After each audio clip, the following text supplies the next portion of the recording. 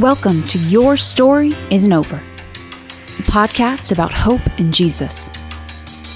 Here's our host, pastor and author, Kyle Dunn.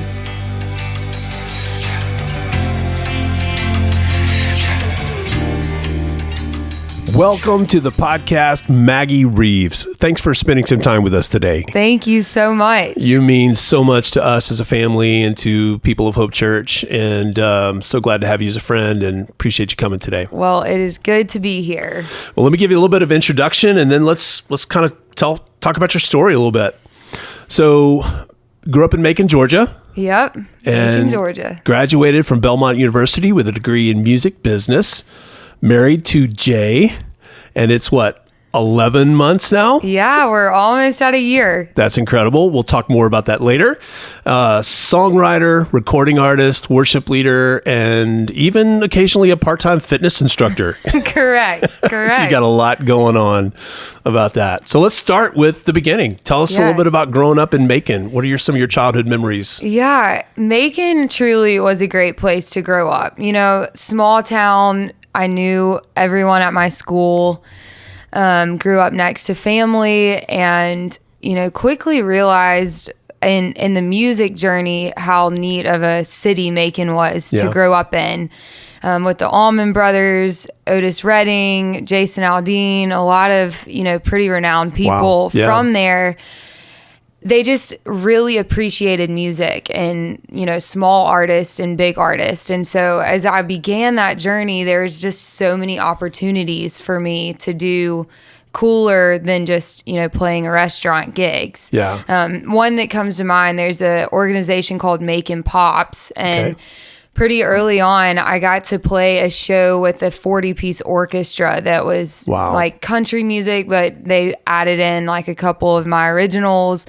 So just things like that became, really neat. I would say now looking back, I can say that, as a early kid, I was like, what is this small town? Played sports, did, softball, basketball, was really active, gymnastics.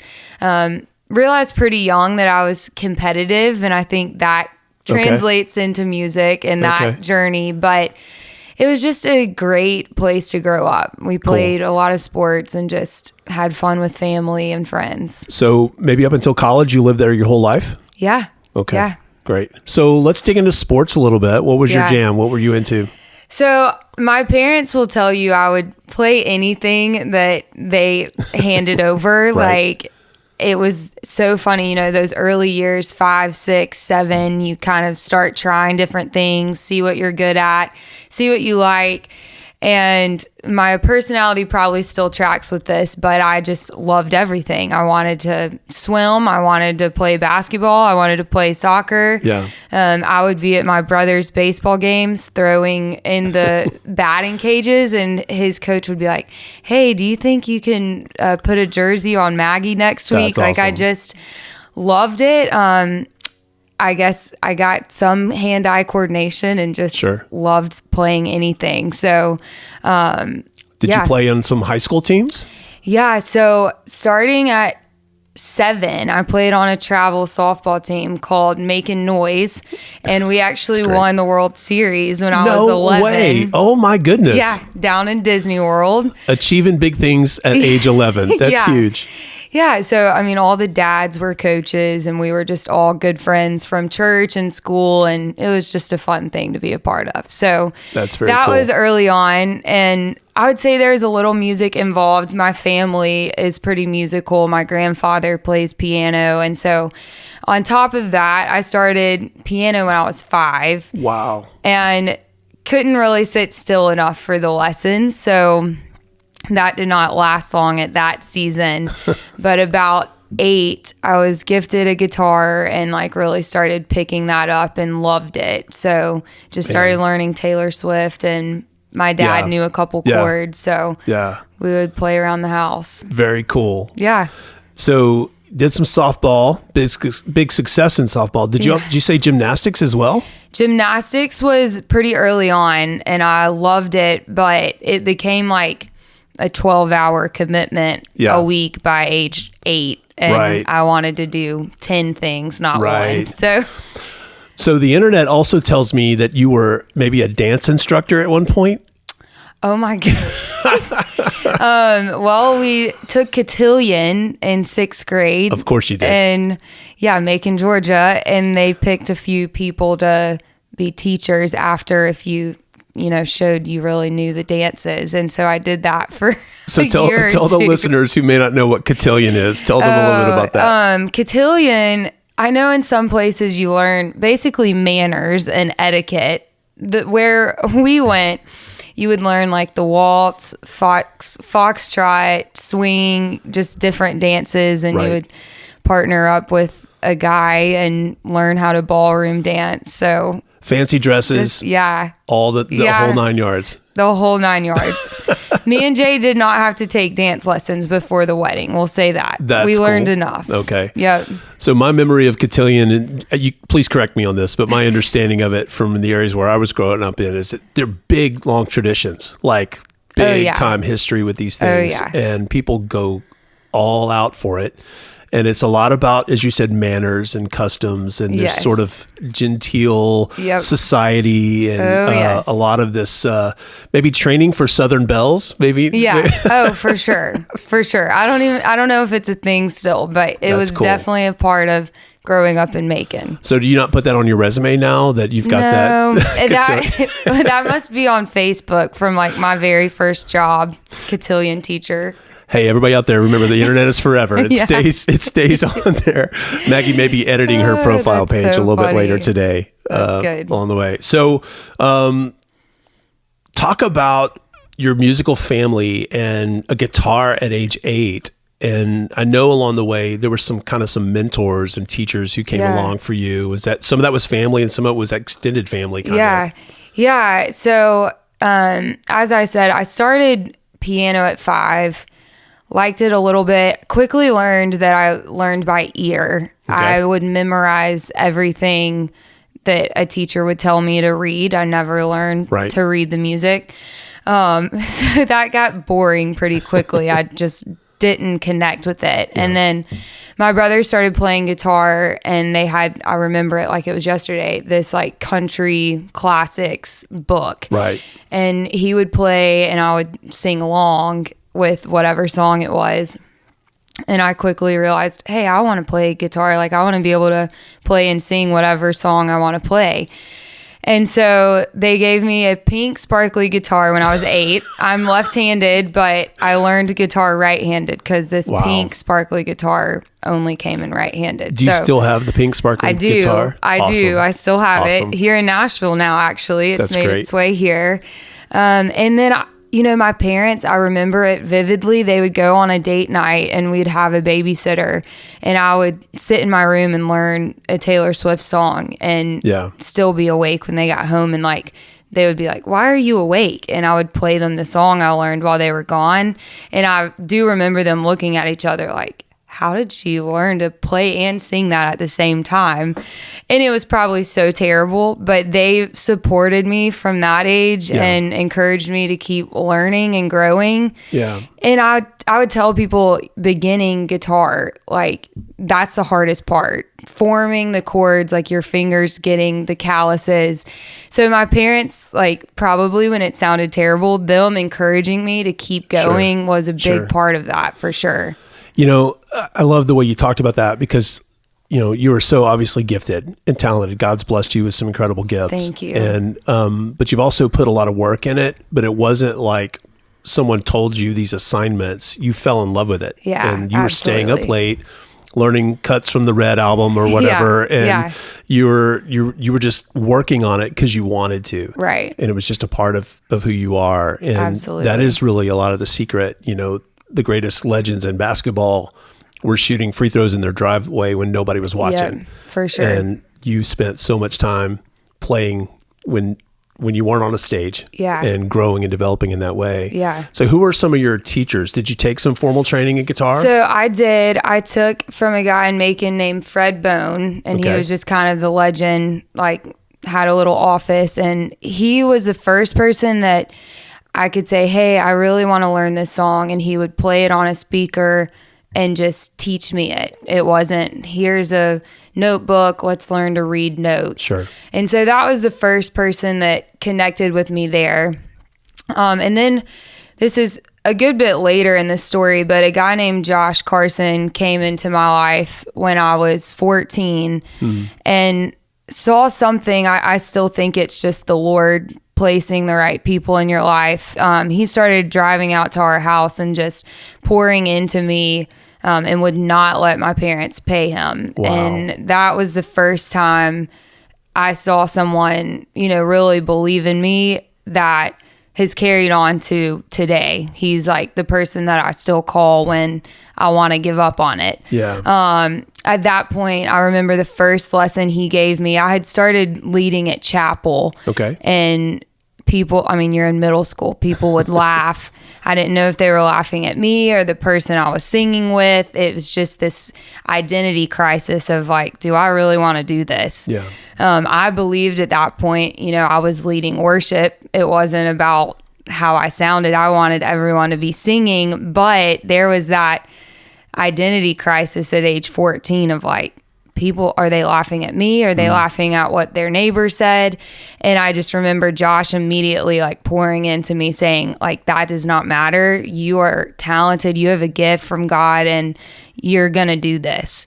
So that was really neat to just, I wouldn't have been able to continue to believe in myself. I don't think like that's a hard age to keep pressing into something when you face that kind of feedback. That's so good. Praise God for the mentors who saw something in us when we didn't see it in ourselves. Absolutely. And invested in us and gave us space to sort of be rookies and beginners and all that kind of thing. That's for sure. That's really, really cool.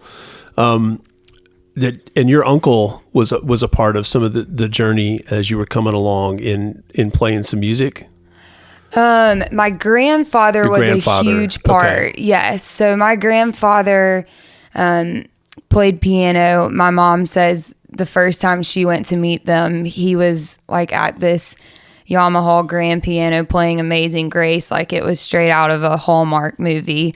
And so he's kind of been like a sneaky talented one. He's never been on a stage. He's never, just openly expressed his ability there. Yeah. But as I grew in writing, especially, I still get calls from him all the time telling me ideas of songs to write about. That's and sweet. Most of them I've written because they are such a great idea, like Very cool. Cohesive thing that he's been able to encourage me through that. And I'll send him the songs and he either really connects with them or he's like, hey, write another one. That wasn't your best. And so that's been neat to see him, and he's always showed up to stuff. So my whole family, though, aunts, uncles, everybody has been really supportive. That's cool. Now, you started with piano. Do you do much piano still today? Not a ton. That is on my bucket list of things to achieve. Right. I picked up guitar and just really connected with it. Yeah. And had somebody say, I can't remember who it was, really master an instrument before you move on to another one. And I've taken that to heart. I would say still, however many, 15 years later, I still have not mastered guitar. And so I work on that daily. But piano will be something I circle back to those lessons again that I did when I was 5. And I'm sure you learned enough along the way, and you know enough about music in general and some theory to be able to some chords here to knock out some chords and notes when you need to, and some songwriting moments kind of thing. Well, one of the biggest blessings in your life right now is Jay. Absolutely. And coming into almost a year of marriage. Let's talk about Jay for a little bit. How did you guys meet? Yeah. So Jay and my cousin are best friends. So we crossed paths at birthday parties, all the things growing up. When I went to McDonough, Georgia, is where he's from. Okay. And my family has a farm there. If I was going to the farmhouse, I knew I would probably see Charlie's friends. And Jay was always one of those. So we connected on Instagram at some point in the years of high school. Yeah. And I always knew the name Jay Reeves, knew he was a great guy. And he moved to Nashville, started a job, and he was off social media. He's wise beyond his years. And he's an old soul. Yes, he is. So I had no idea he was here. And Charlie connected us. It turns out we lived in the same apartment, a floor apart. And so he just asked me to get brunch one day after church. And I mean, we sat there and talked for 3 hours, and it was just one of those things where I think we both knew pretty quickly the Lord had his hand in that. Like, it was just the things we connected on, the ways we just had gone about life to that point of, I was 22 and he was 23.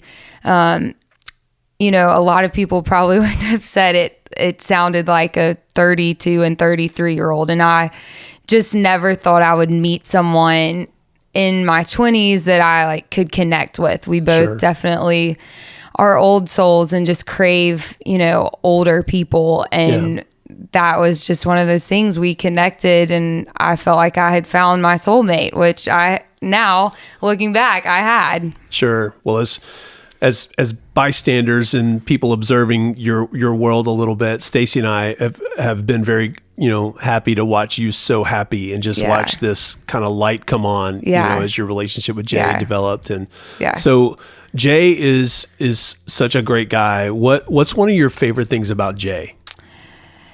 Jay, oh gosh, it's so hard to pick one thing, because he truly, anybody that knows him knows that he's just so talented in so many things. But he is truly the kindest person I've ever met. He has passion, but there's not an ill bone in his body. It would take a lot to really upset him or make him, you know, want to wrong somebody. He's just kind, and he truly is my biggest cheerleader. Like, anybody that knows what my life has become since him can see that. He quickly came in and just knew what the Lord had planned for me, and to see him believe in me when I don't believe in myself is something I never knew existed. And he's just been such a good cheerleader and just such a kind person on a day-to-day basis. His work ethic would be a close second. The way that he just works for the Lord, truly every day when his feet hit the floor, you know, we pray together, and he is working for the Lord and for our family and what's to come. And that's just really neat to see his heart in his work. Yeah. What an answer to prayer. Yes. Right. For both of you, and just seeing God's provision and kindness and faithfulness coming into your life. Yes. For a lot of young women, I would imagine there was a season where meeting someone was a little more complicated or challenging. And that was that a struggle for a while? Yeah. I mean, you throw COVID in the middle of that, and it was a weird season for sure. My mom always had this saying, like, as we were picking schools, I'm sure we'll come back to this, college related. She always said, I don't know where she heard this statistic, but your chances of meeting your person go down by like 50% after college. Okay. And that always, like, the ticking time bomb on that, just like as it crept more and more forward. No pressure. Then you throw COVID in the middle of that, and I was definitely like, well, we'll see. I don't know. I always had this piece about my dating life. I was so focused on music and my passion for that I just always heard this voice from the Lord say, like, your time is going to come, and the person I have for you is going to come. So, I mean, you know, I definitely have some funny first date stories. I would put myself out there, but at the end of the day, like, I didn't lose sleep over it. I knew the Lord. You weren't boy crazy. No. Yeah. I knew the Lord had someone for me, and he always reassured me of that peace. Yeah. So that probably enabled you to handle a lot of the craziness and the interesting life that must come with that dating. I think one of the first times I was around you leading worship, we were at a camp, and a young man proposed marriage to you in the middle of the lunch area. With a ring pop. Oh, I'll never forget. You sent me the nicest text. Like, everyone had been laughing and thought it was the funniest thing. And you sent me a text that night and you're like, hey, I just wanted you to know from someone, like, if that was embarrassing, I'm so sorry that happened to you. And I was like, thank you so much, Kyle, but I can handle it. It was fine. Well, good. I was a little afraid. I don't remember the text, but I was a little afraid, I think, that you were mortified by this moment in the lunchroom. There was like 700 people in the lunchroom, so that was a lot. But now there's Jay, your person, and God's brought somebody forward in your world. Yes, so, I would tell anyone that is in a season of waiting for that to wait for the right person, because if it's the wrong person, you have a lifetime of hurt and pain, and waiting, a few extra years for the right person is just the sweetest thing. So it's really wise. What have you learned by being married? What has being married taught you? A lot. I would say first and foremost, in our first premarital counseling session, our counselor used this word goodwill for each other, and what it means to, when you have different opinions on something, having goodwill for the other person. You love each other. That's why you're getting married. So when you're having a moment of, the other person may think differently, if you can get your head and your heart behind their perspective, you can meet in the middle. And I will say the Lord has saved us, I think, from stupid arguments, a lot of things, because we both really took that to heart. Yeah. And when you can sit down and have a conversation and just see where each other's opinion and perspective is from, you almost always can just end the conversation there and say like, okay, we figured that out. Yeah. And that has just been a beautiful thing to see us both give up ourselves. And I would say Jay does that for me every single day, and I've learned how to do that for him every single day. And we, we talked about this right before the wedding. We committed to each other to get up together and read a chapter of scripture and pray together. And that has just been the number one thing, I think, for our success. It's just, if you're praying every day and you're in the word every day, you figure out how to stay on the same page. Yeah. If there's ever been something that bothered him or bothered me, like, it's always solved by the end of that. And Jay doesn't walk out the door until it is. And I mean, I would say we have just the best time together because of that. We really get along because we just are always looking out for each other. And sometimes you just have to make sacrifices in life. And I've had to make sacrifices with my career, and he's made sacrifices with his. And at the end of the day, you're just happier because of it. You just have more joy because you see that love from the other person. So we are definitely still figuring it out, but we've had a great time, and it's just fun getting to do life with someone. Yeah. What a great perspective, goodwill toward your partner, and wanting their good. Yeah. And it kind of helps you figure out there's a lot of things that aren't really a thing. Yep. They're Absolutely. not worth kind of going. We end up laughing about so many more things because we're like, that's just not a big deal, you know? So well, I'm so happy that you're happy, and excited you guys get to celebrate the big 1-year anniversary coming soon. That's cool. So was Belmont always the plan for you? It was not. No. Tell us a little bit about that. So I guess kind of going off of my childhood, sports were always a big part of my life. We grew up going to Auburn games. Both of my parents went to Auburn. They met at Auburn. And I just loved the atmosphere there from an early age. I loved watching SEC football. That's just how I envisioned my life going. Up until my senior year of high school, I was just expectant, like, I'm going to Auburn. I had a roommate. My brother was a year ahead of me. He was already at Auburn. And that was just the plan.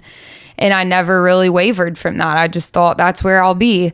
And it wasn't until, I guess, November of my senior year, my youth pastor said, hey, I just really think you should check out Belmont.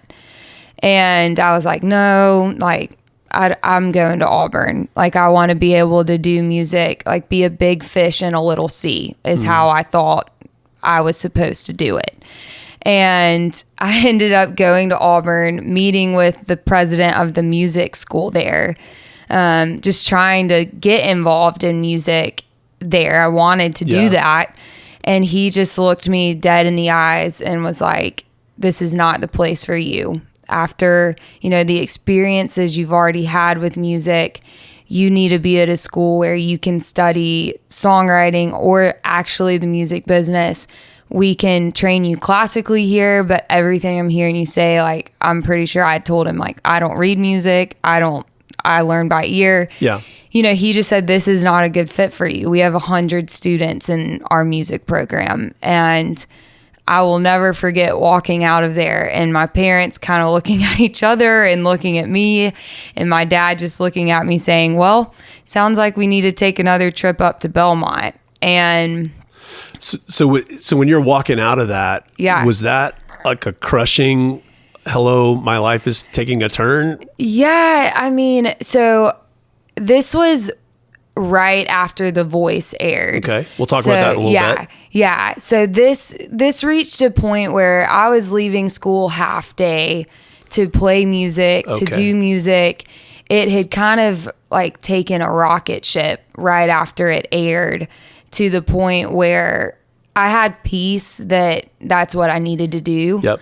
And so at that point, and, kind of the story, we can get into this, talking about The Voice and just some things once music picked up in high school, I knew that that was the Lord's plan for me. And so, the Lord gave me so many clear signs, and I'd love to talk about that, just the clear signs he gave me all through the process.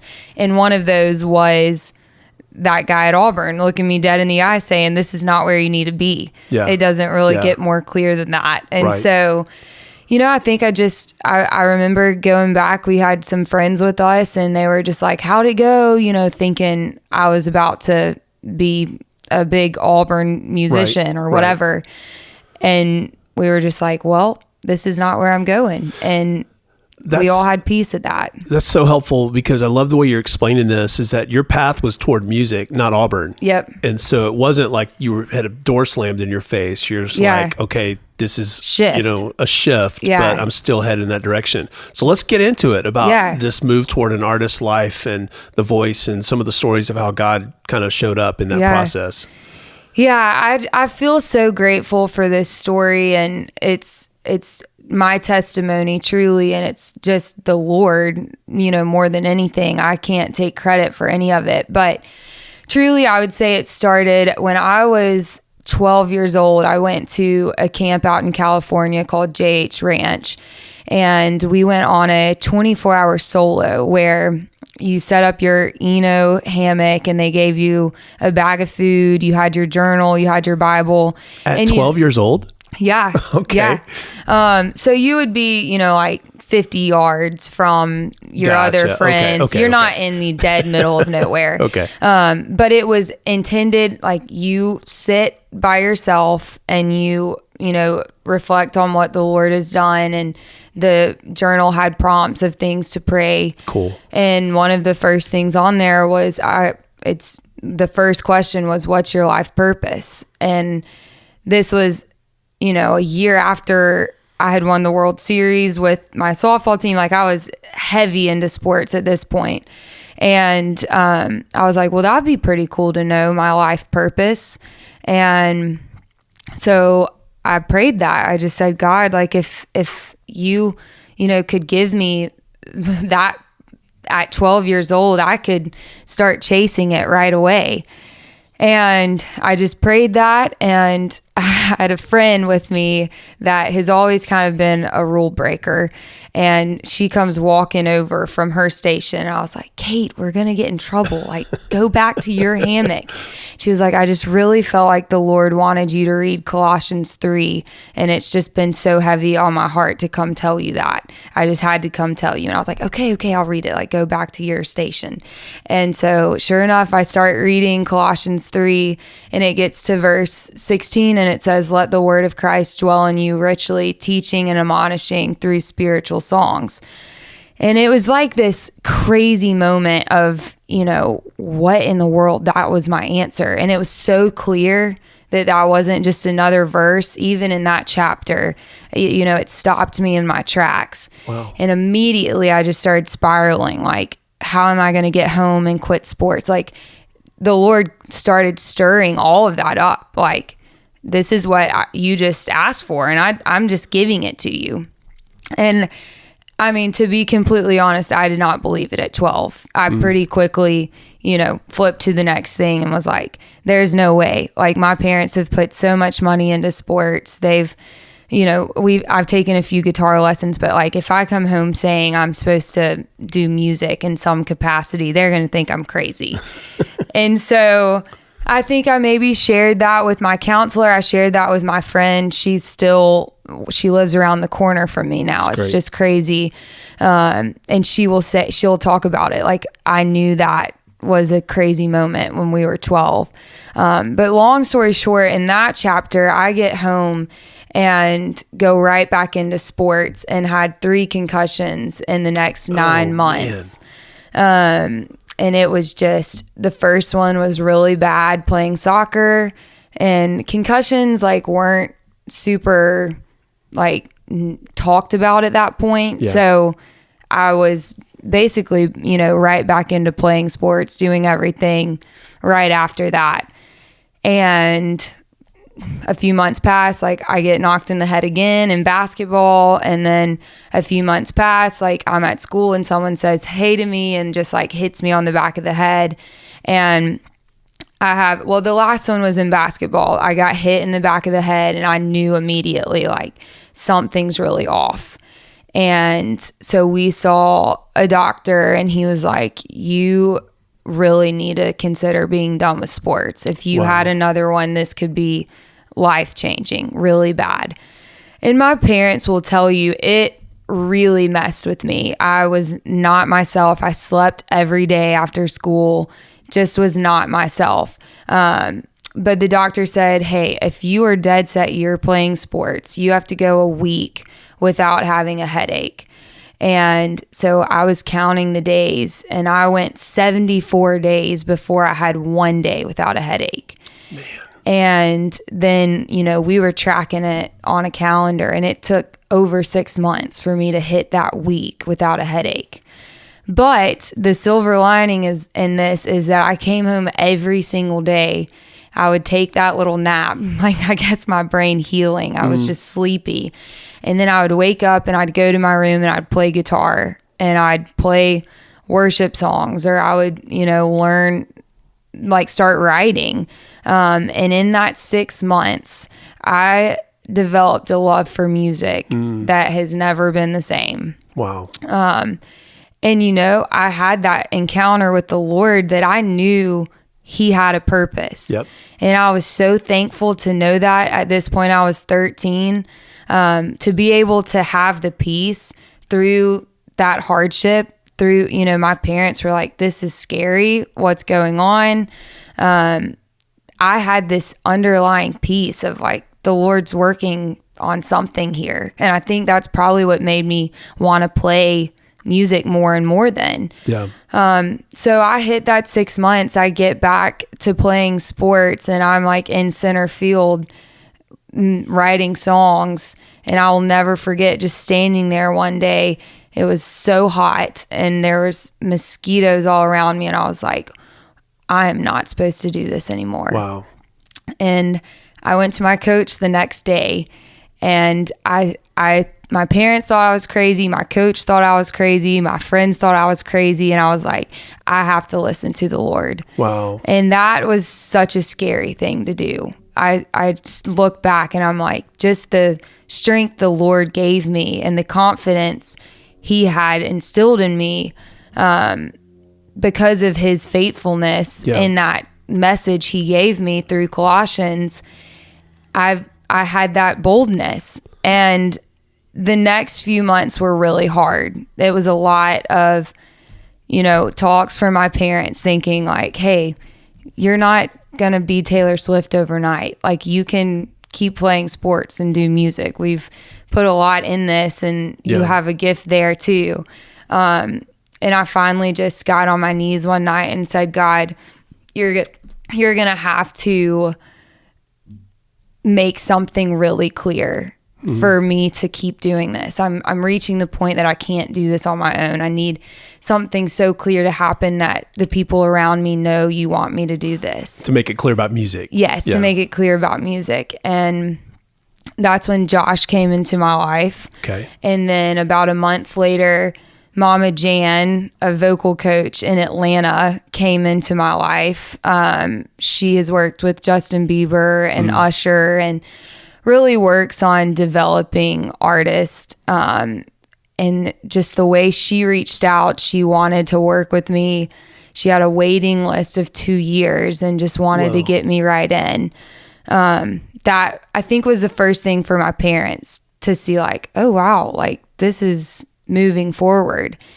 And then a year later, I decided to send in a video to The Voice, and I got to skip the line to, do the blind audition.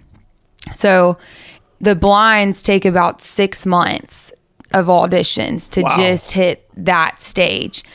And so, the Lord just kept opening that door wide open. I was 16 and, I'd sang a little bit, but just the Lord opening that door. There was 40,000 people that auditioned for that season. My goodness. The best voices you've heard in your life.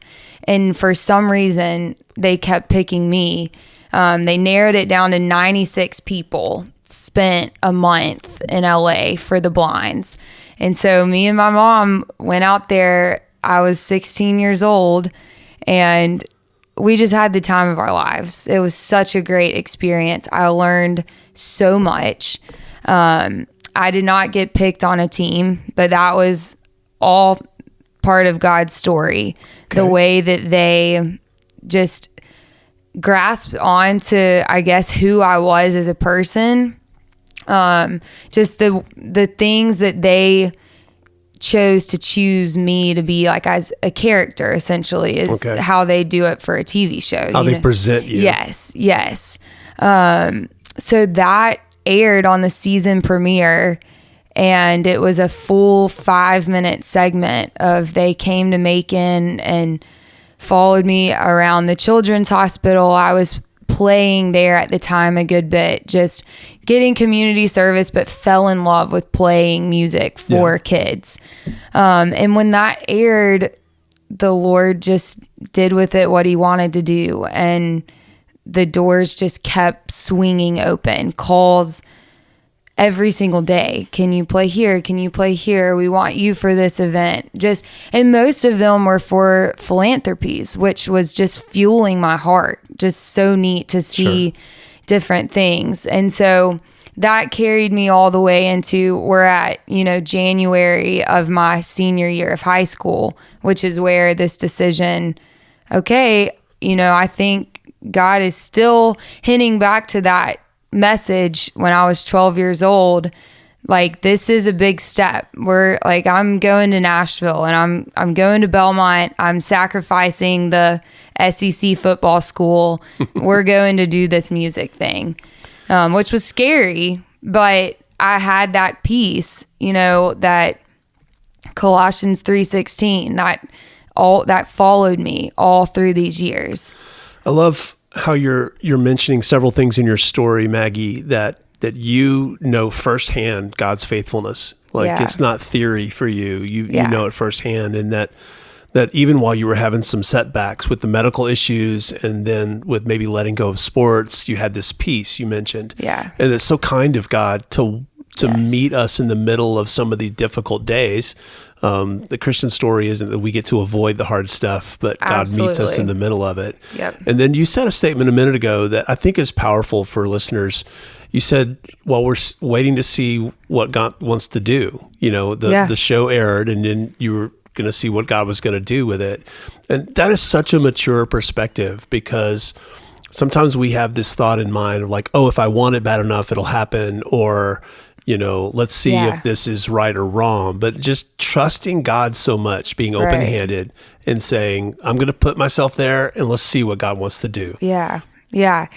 And it was, at that point, I knew I had not made it. And so to find out that they were going to air it anyways, they actually came to Macon to film my home story after I had not made it. And so that's wild. That was, the Lord working in and of itself for that, just disappointment to not have made it. Get home, life, go back to normal. No one at this point knew I had done the show. I had to keep it a secret. And so, part of me was bummed that I had spent 6 months really excited about this and excited to tell people that I got to do it. And then, I got home and was like, well, that was just a wash. And then we get a call a week later. They're like, hey, we're still going to air it. And we're loaded up. Like, we're coming to Macon to do a home story. And I didn't know it at the time, but just the opportunity for me to share what God has done through that is exactly what was intended to happen. And that was like achieved, you know? Yeah. And at such a young age, you were 16 at this time or 16. 16. To trust God with that. And that's such in the spirit of this podcast that, your story isn't over. Even though you weren't selected for a team, God was doing incredible things, opening doors because of that. And then giving you a little bit more of a platform through that home segment, that 5-minute segment, which not everybody got. No, I have friends that, went on to the top 10 and didn't get that much time. Yeah. So my grandfather, the one that gives me song ideas a lot, he sent me a voice message. I was on the plane the next day coming home, and he just used this phrase, like, when people don't turn around for you, like, how do you come back from that? And he was like, there's been so many times when people didn't turn around for me. And I kept going. And like, no one in our family has been on a stage like that and like literally had someone not turn around for them. But there's been plenty of opportunities in our family where, the opportunity didn't turn around, or someone in business didn't turn around. And so that was just neat to have people in my life right then, like right the moment that I didn't make it, say, there's no telling what's next. And you just got to keep going.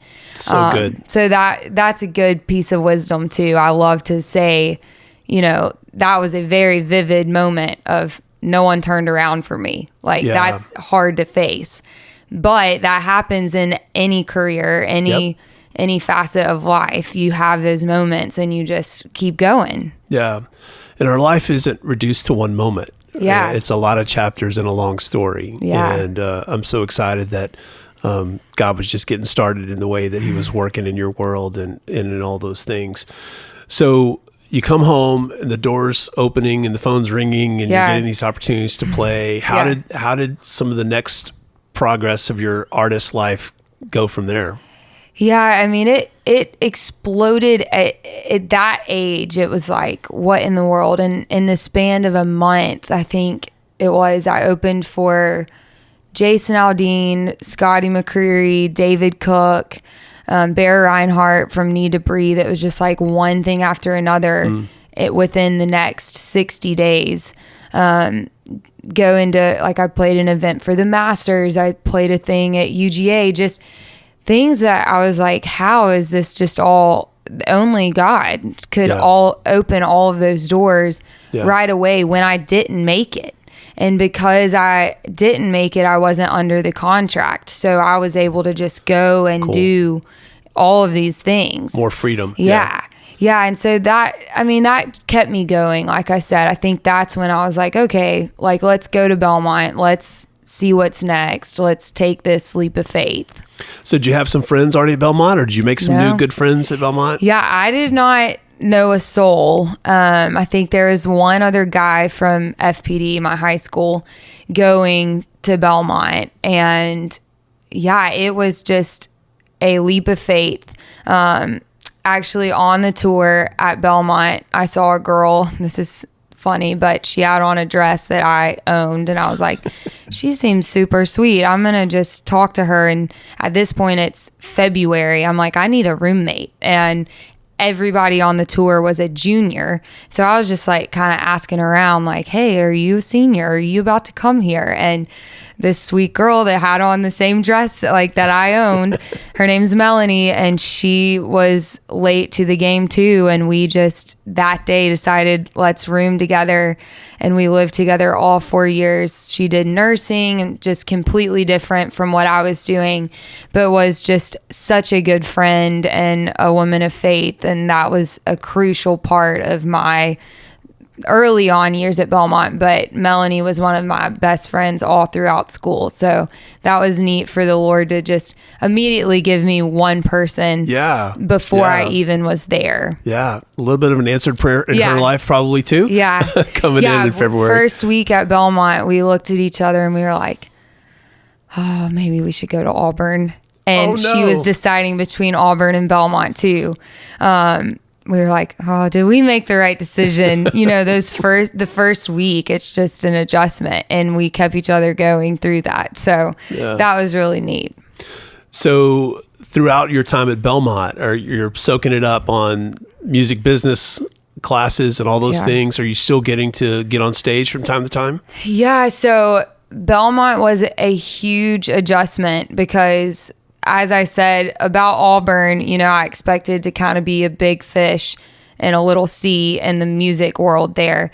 I chose the complete opposite. I was a tiny fish in a huge sea. Right. Everywhere you looked, you know, everybody was the star of their hometown. Everyone had at least, you know, tried to go out for The Voice or American Idol, something. Right. And that's where I really started learning how great Macon was. I kept going home to play these really cool things. My freshman year was when I got to play with the 40-piece orchestra with Macon Pops, and everyone at Belmont, like in my grade, was like, what in the world? How are you getting these opportunities? And I really do owe that to Macon, because they just really supported me, and from an early age and really on to that point when I had the experience. So they would throw me in these bigger stages. And that kept me going at Belmont for sure for the first year.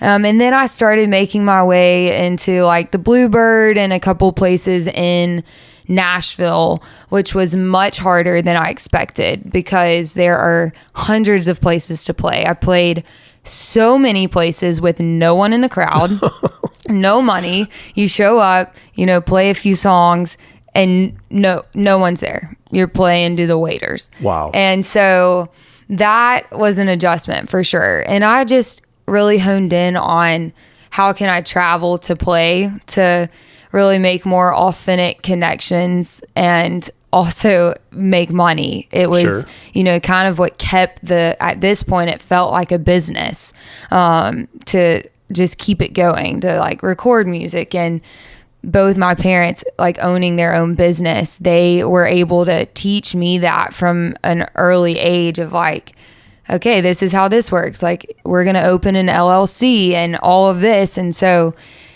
I had been taught that in high school. So once I got to Belmont, I was like, well, I need to keep traveling to play to keep this thing going. Yeah. And so schedule really looked like Tuesdays and Thursdays I would be in class from like 8 a.m. to 9 p.m. And then Monday, Wednesdays I would intern, and Friday, Saturday, Sunday I would travel somewhere to play. And I was just so in love with it at this point that it didn't even bother me. I would just burn the road. Lots of miles. Yeah, lot of miles. Lots of miles. So is it while you're at Belmont that an opportunity to audition for American Idol comes along? Yes. So I was actually a junior at Belmont, and American Idol reached out to me to come out and do an audition. And, you know, I think enough time had passed. The Voice had actually reached out 2 or 3 times to come back. And I wouldn't make it past like the first thing. And I think they wanted some crazy different story or some like me to be a completely different person. And I wasn't. Yeah. And so I was like, you know what? Like maybe I just start over with Idol, and my voice is grown at this point. Like I have original music. Let's just go give this thing a shot.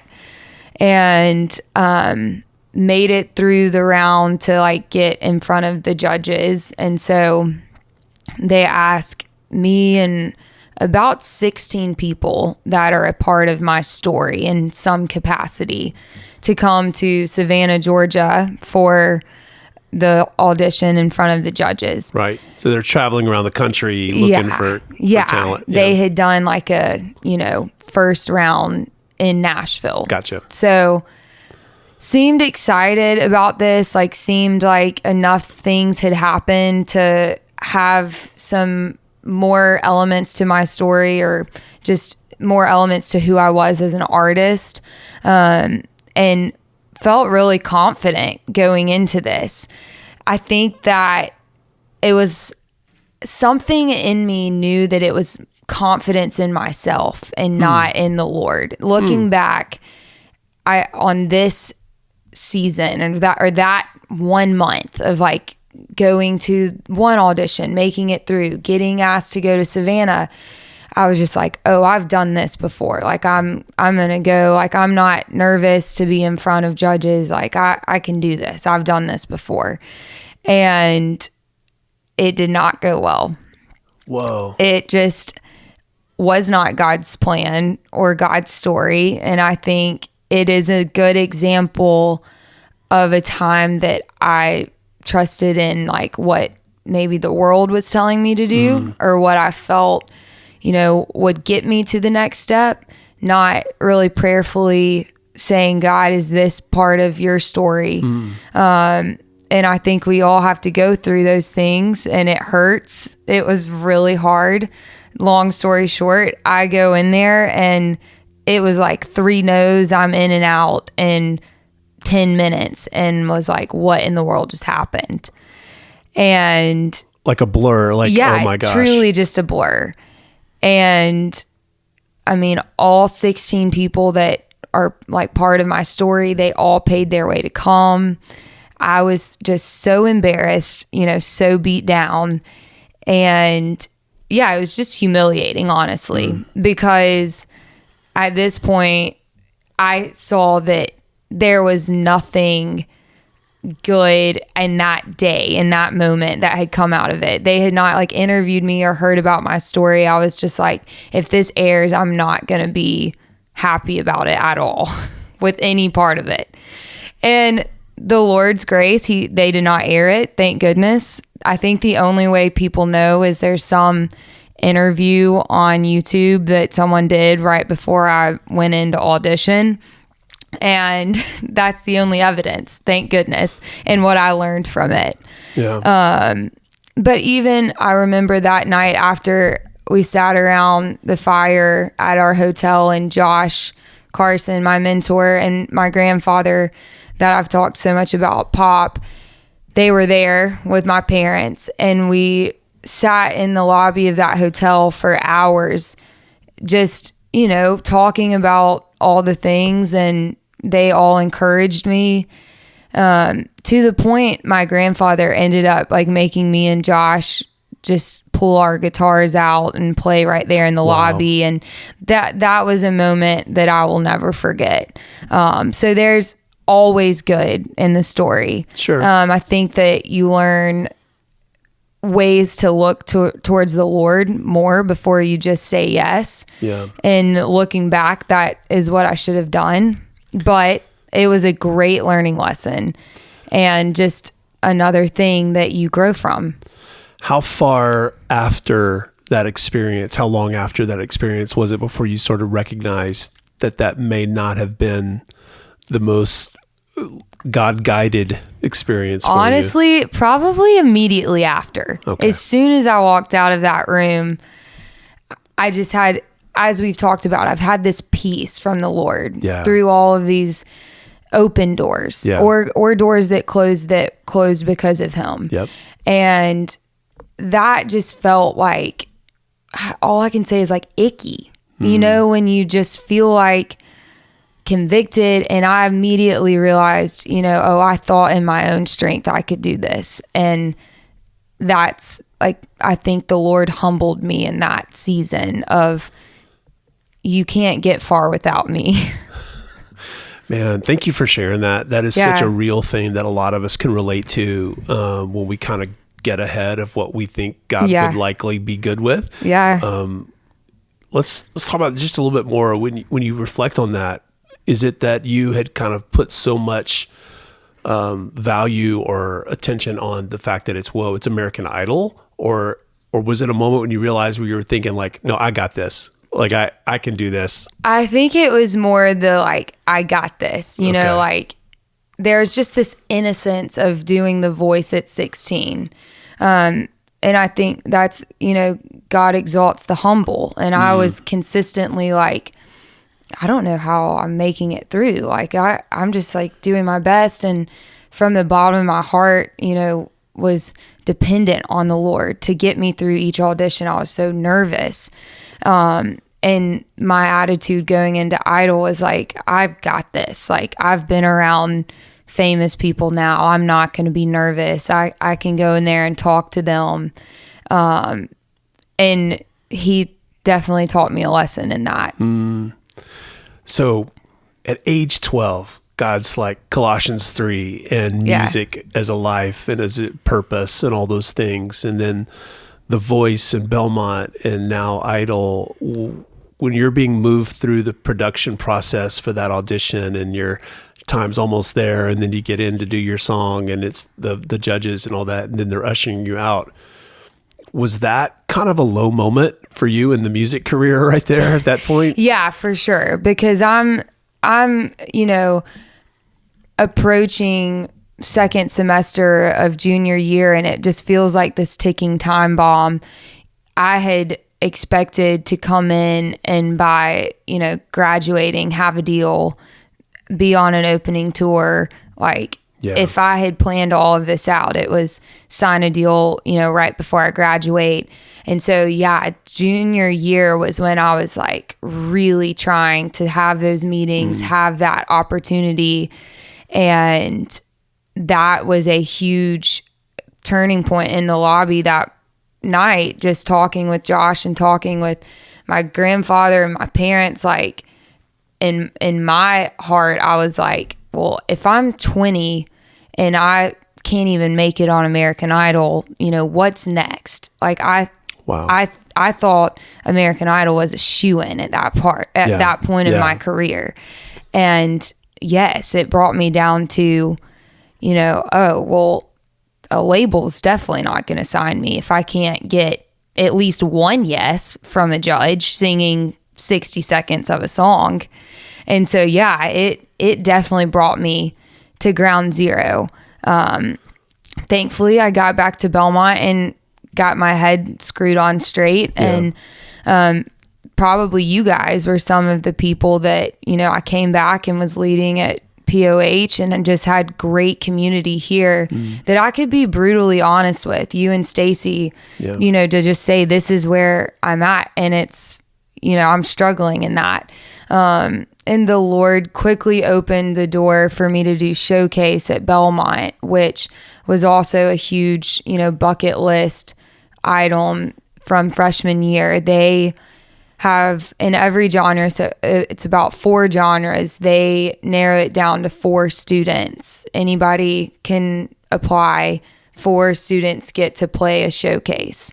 And what is a showcase for those listening? Yeah, so Belmont hires in like, I think it was 4 or 5 judges that were people in the music industry, label execs, just publishers, anybody working in the industry. It's a big deal. If you live in the Nashville area, for sure, you know about Showcase. It's just an opportunity to get in front of those people. And back to that small fish in a big sea, narrowing it down to 4 people was a big accomplishment, just to say, I did showcase at Belmont. Most people can say, oh, well, there's some credibility there. So again, that was kind of like, okay, we're back on track. Like, we're going. But this time around, from that experience with Idol, every single step of that process, I was just like, Lord, if this is what you want me to do, like, keep the door open. Yeah. If this is not what I'm supposed to do, close the door. And he opened the door, and I got to do that. And that was a really great opportunity to just play some of my songs and play in front of a lot of people at Belmont that kind of now, if they're executives in the industry now, they remember being in the crowd, seeing me do that. So kind of at this point in my career, I have had some meetings now where they're like, oh yeah, I remember that, because they were a student at Belmont at the time. Yeah. So the Lord just kind of put me back on track. That was quickly after Idol. Okay.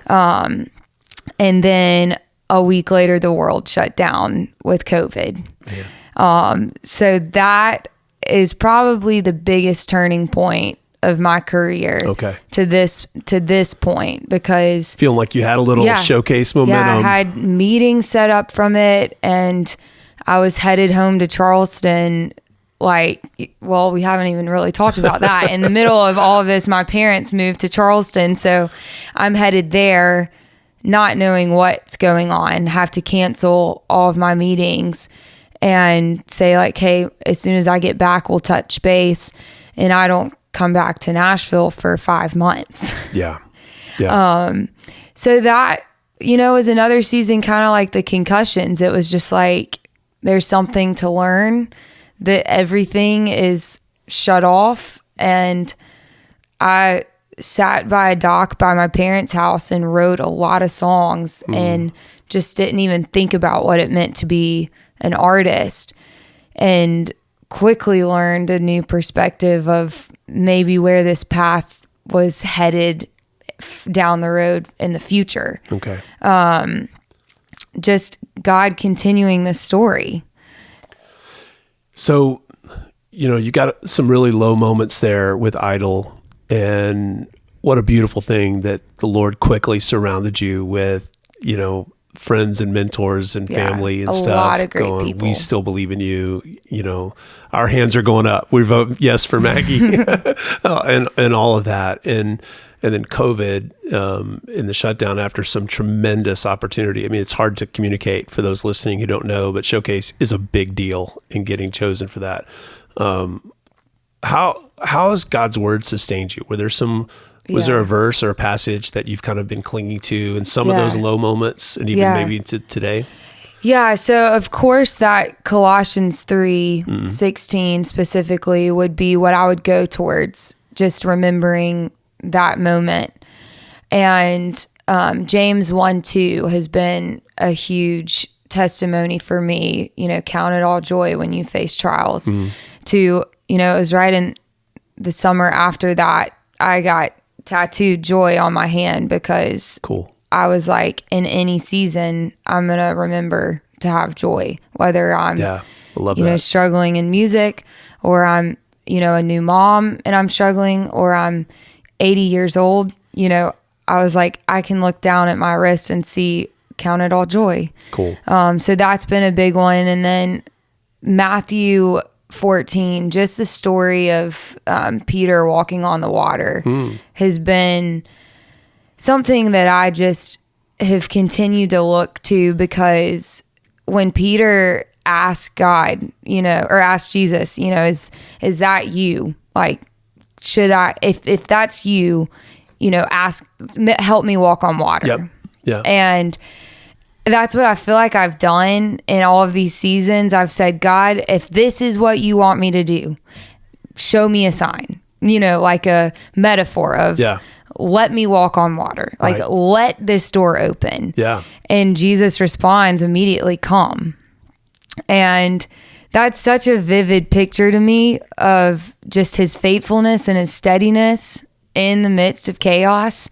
And, we go on to see that Peter loses sight of Jesus's eyes and falls, which is also part of the testimony. There's times like Idol that I lost sight and I fell. But you get back in the boat and you worship him. You see, they get back in the boat and they say like, oh, wow, that was you, Lord. Yeah. And so that's been a metaphor per se to some of these moments that seem like crazy highs, like walking on water, and crazy lows, like falling in the water in the midst of a storm. So that's been one that is just a perfect picture of how the Lord works and how Jesus, has always been there for us. When you were just talking about that story of Jesus and Peter, and Jesus said, come, when you said that, it made me think about Jesus is saying, come, like, come toward me. Yeah. Like, come toward me. And that seems to be the story of your life. You've had these twists and turns, but God has been faithful as you've continued to move toward him and trust him. After the low point with Idol, for you said very quickly, it wasn't long that showcase came around. What a great lesson for God to remind us that there's more than one way for him to work. Yeah. You might have been thinking like, oh, American Idol is going to be the thing. That's going to be the launch, of the Maggie Renfroe legend. And God's sort of saying, I got you. Yeah. And, there's the story isn't over, and there's more than one way that I can accomplish what I want to do in your life. And that kind of stuff leads us to trust him, because you look back over your shoulder and you say, yep, there were some closed doors or some things that I thought were going to work out that didn't. But the whole time God was planning other things, and he's always good and he's always faithful. So just hold on and keep going toward him. Along the way. So how now, as a seasoned married woman in Nashville and after college and after all those things, how are you getting to make music now? What's your music life look like? Yeah. So obviously the story had its ebbs and flows. I graduated in the middle of COVID. That kind of kept music on pause for a minute for me. I graduated and quickly realized I've got to get a job, and my parents have supported music and they've supported me for a long time, but I have the work ethic to go out and provide for myself. I've got to, take a pause on whatever that means. And so I tried to get a nanny job, and the Lord opened the door for me to go nanny for Little Big Town, which was just so gracious of him to keep music in my life in that season. And I got to see it up close and personal, what it meant to travel at a capacity that I'd never understood. It was, we woke up in a different city and state every single day. Not we're going to New Jersey for the weekend. It was New Jersey, New Hampshire, over to Oregon, crazy. Like crazy. And so I quickly realized in that, I don't know that I'm cut out for this. I don't know that I want to be an artist. And obviously the story of COVID and me writing songs during that time, live music not really being a thing, then getting to see that, I was able to again see a new chapter that God had been writing the story all along. My love for writing and my love for encouraging other people. I've never loved being the one in the spotlight. I love being on stage. I love performing, but it was always really stressful for me to piece the parts together to really be a good artist all around. And so quickly realized that I wanted to be a writer. And so I just started writing songs, nannying, and did that for about 3 years. And then right before Jay and I got married, so this has been a year ago, again, felt a push from the Lord. We were at a Brandon Lake concert, and he said, sometimes you're walking down a path and the Lord needs to pick you up and fly you where you need to go. And you think you're walking down the right path, but there's, something that the Lord can get you to. And I just felt the Lord saying, like, I put you on this earth to do music. And I told you that 11 years ago. Right. And I want you to take a leap of faith. I've now, given you a partner in life to help you do this. And the way that our schedule and life was about to look being married, Jay just said, hey, we want to have kids one day. Like, what if you took a break from nannying and did this music stuff? And I believe in you. I think you need to go do this. That's great. And so I quit the nanny world in May of last year, and I've just been writing full time since then. Really like getting that craft back down. It's a muscle that you work by doing it frequently. Yeah. And so it definitely took me a few months to get back in the groove of that and get back with writing with people that I really connect with and finding new people, because so many people I was writing with at Belmont have skyrocketed and I am not there yet. And so just slowly getting back into that. And to this point, I am starting to meet with publishers, and that dream is starting to really look like a reality. So good. And now, because of all of the Lord's faithfulness, He is giving me so much patience in this season to wait for the right fit.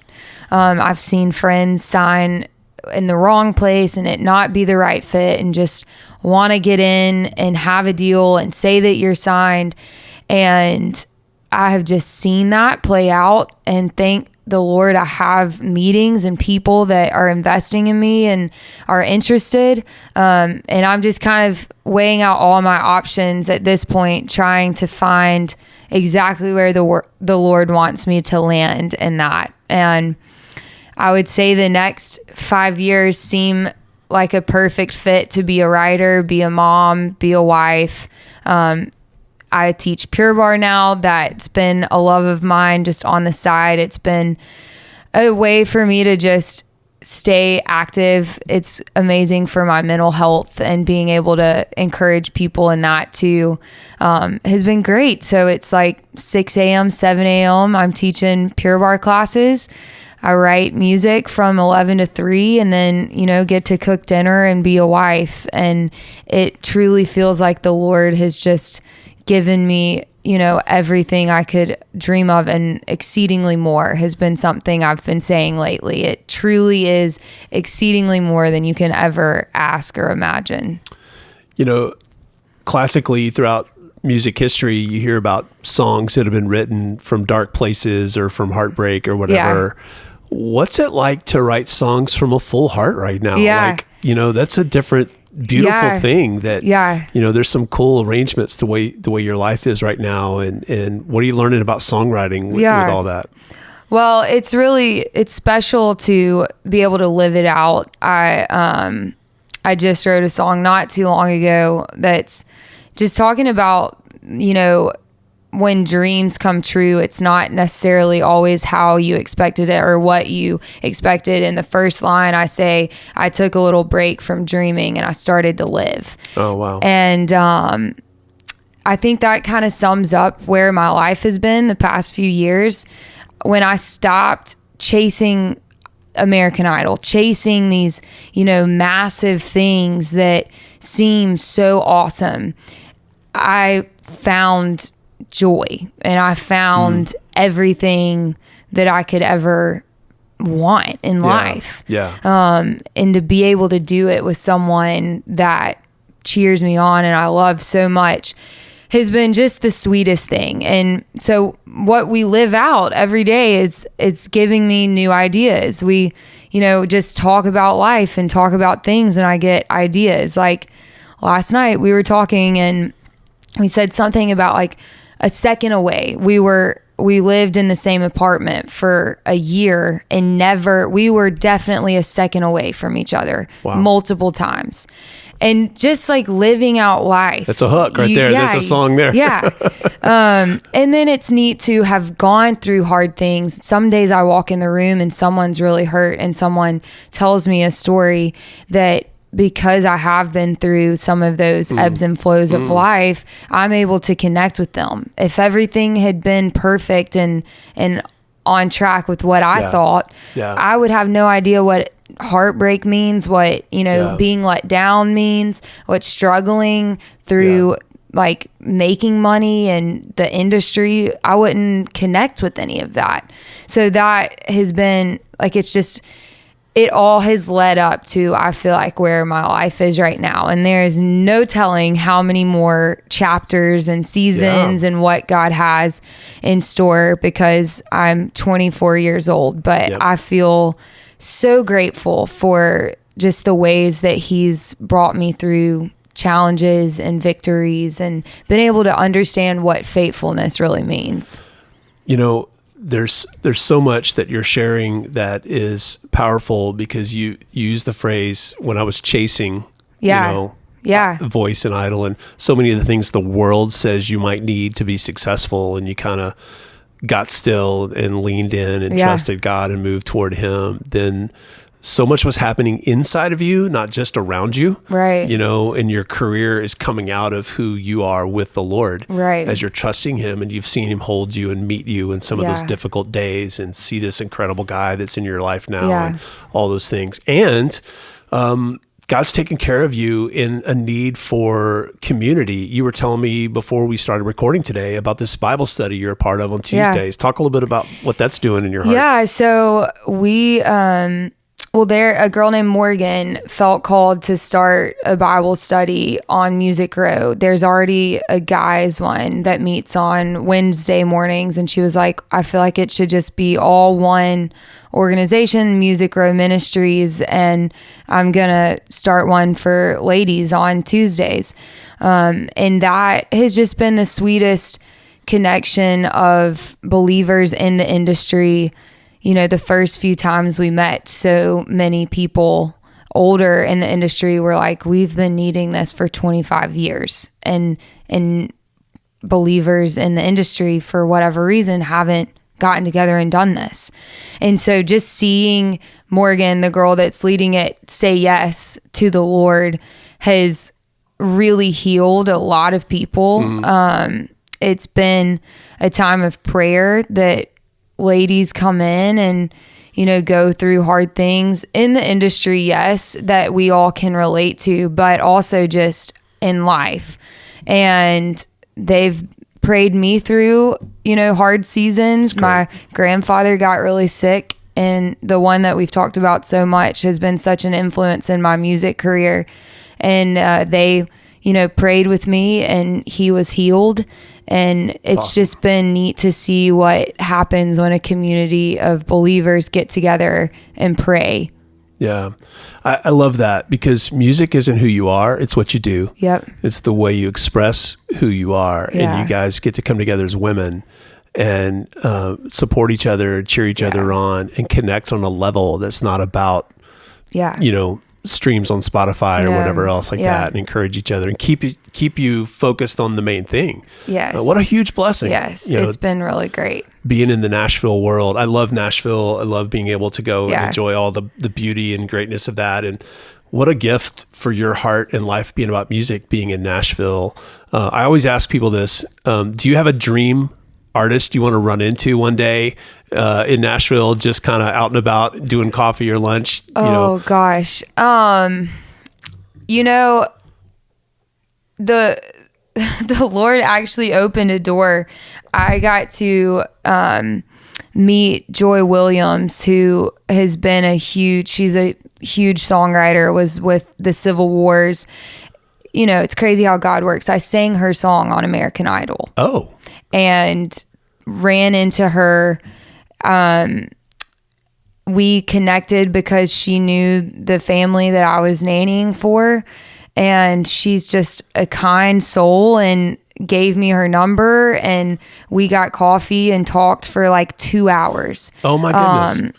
And I told her, I said, there's about 3 people that I would say like I am a huge fan of. Right. And it's her, Taylor Swift, I have to say, unfortunately, early on. Who has held your cell phone? She did. I did run into her as well.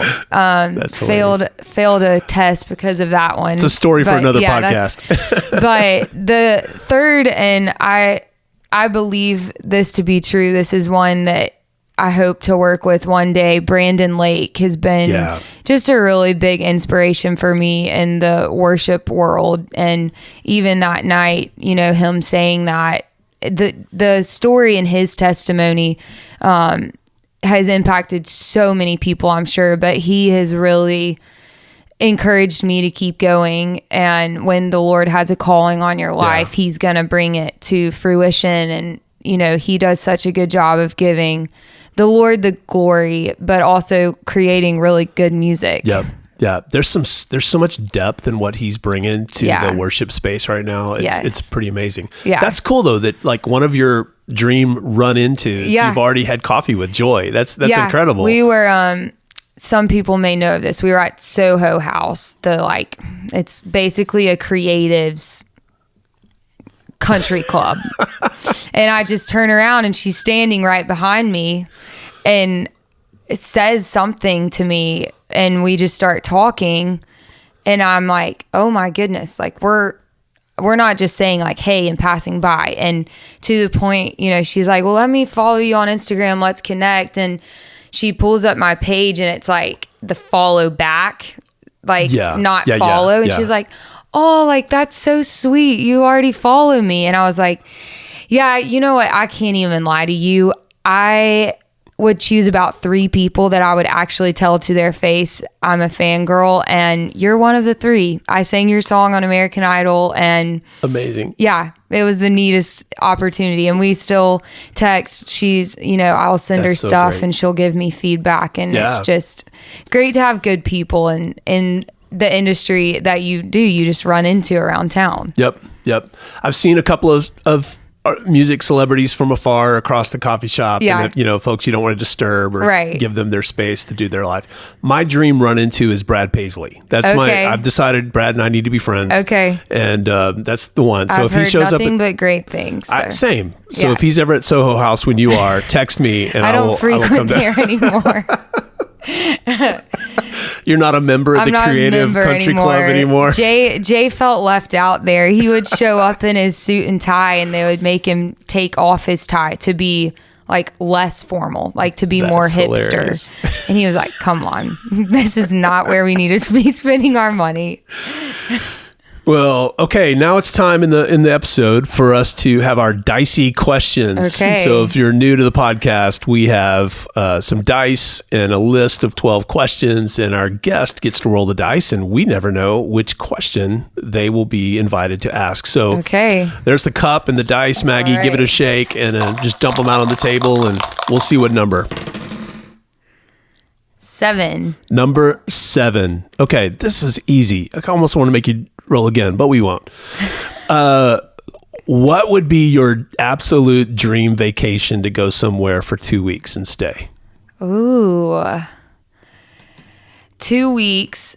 Can it be somewhere I've been that I want to go back to? All right. Well, I studied in Hawaii for a month with Belmont. I did a Maymester there, and I want to go back so bad. Nice. It is just one of the most beautiful places. I mean, it is the most beautiful place I've ever seen. Nice. So, yeah, I would like to go back there and write music and do some fun hikes and stuff. Very cool. Just don't let Jay pack a suit and tie you know, for Hawaii.